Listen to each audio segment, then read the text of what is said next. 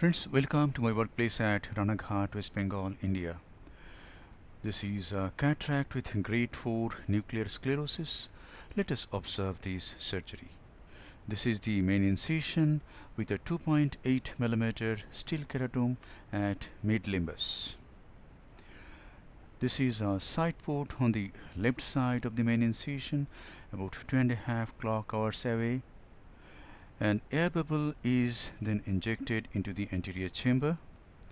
Beneath this air bubble, trypan blue dye is applied over the anterior capsule in such a way that the dye touches on all parts of the anterior capsule. Now the dye is washed out using BSS. This is a totally unedited recording. You are going to watch each and every step of the surgery. 2% hydroxypropyl methyl cellulose is then injected into the anterior chamber. The air bubble is replaced by the visco. Even a small air bubble can cause some disturbance in capsulorhexis, so the air bubble should be removed nicely. This is capsulorhexis with the help of utrata forceps. Since this is a hard cataract, my plan is to do a rhexis of about 6 mm. In hard cataracts, we should aim for a large rhexis. Nucleus management becomes very easy with a large rhexis. Now hydrodissection is done. Fluid wave goes to the opposite equator. The nucleus is tapped and the nucleus is rotated. Visco is injected again.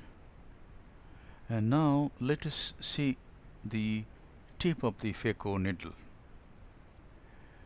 which is to be introduced into the anterior chamber. This is the exposed part of the tip. For this hard cataract, I thought of increasing the exposed part. Yes, it has been exposed. This will cause more delivery of ultrasonic energy into the substance of the nucleus by my technique, which I call submarine chop. In submarine chop, we can use high energy within the substance of the nucleus and it doesn't cause any corneal damage. The tip is buried totally into the substance of the nucleus. It goes through the substance of the nucleus towards the opposite equator, and as it reaches near the opposite equator, the chopper is used to make this nice crack. It is then rotated on 180 degree and the two heminuclei are separated completely.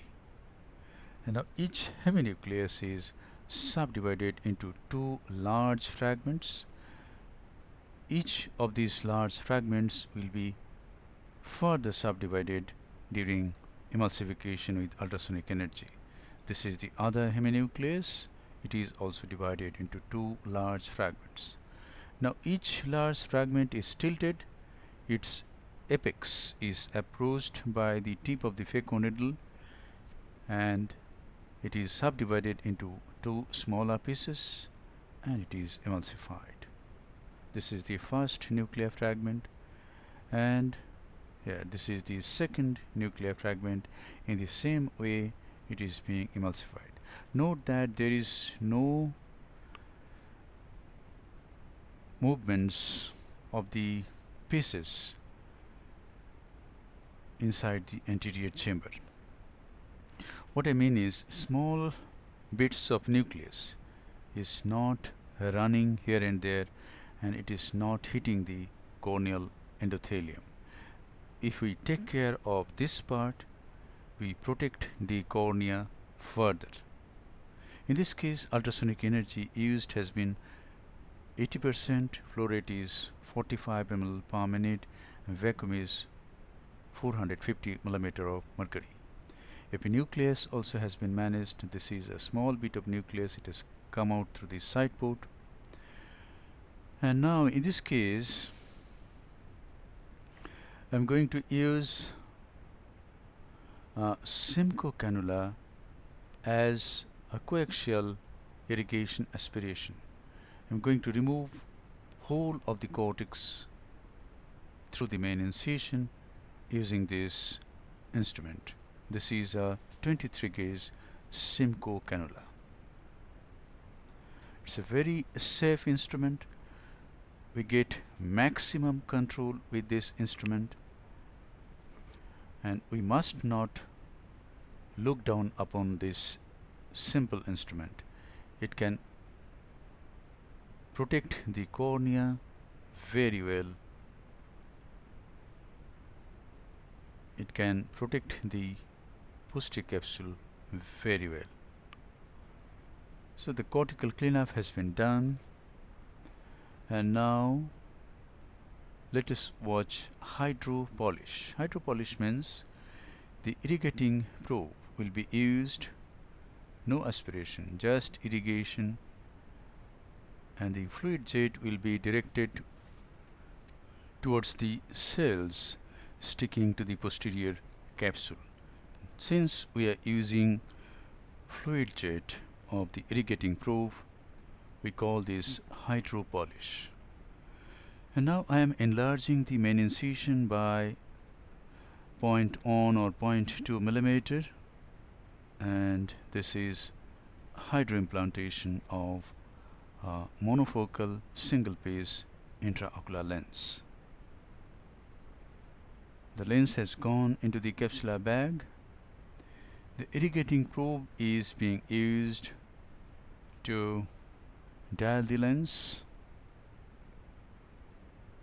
and the lens is nicely settled in the capsular bag. This is a bit of moxifloxacin. The single side port is closed by hydrating corneal stroma on either side of this stab wound. And now watch removal of visco from the corneal endothelium. See how much visco sticks to the cornea. Gentle stream is directed towards the cornea, and this visco is removed. And this is formation of anterior chamber, and the case is concluded. Thank you very much for your attention. In this video we have watched submarine chop, exposure of the teeth, hydropolish and hydroimplantation. Be a great surgeon and serve your patients with love, respect, empathy and great surgical competence.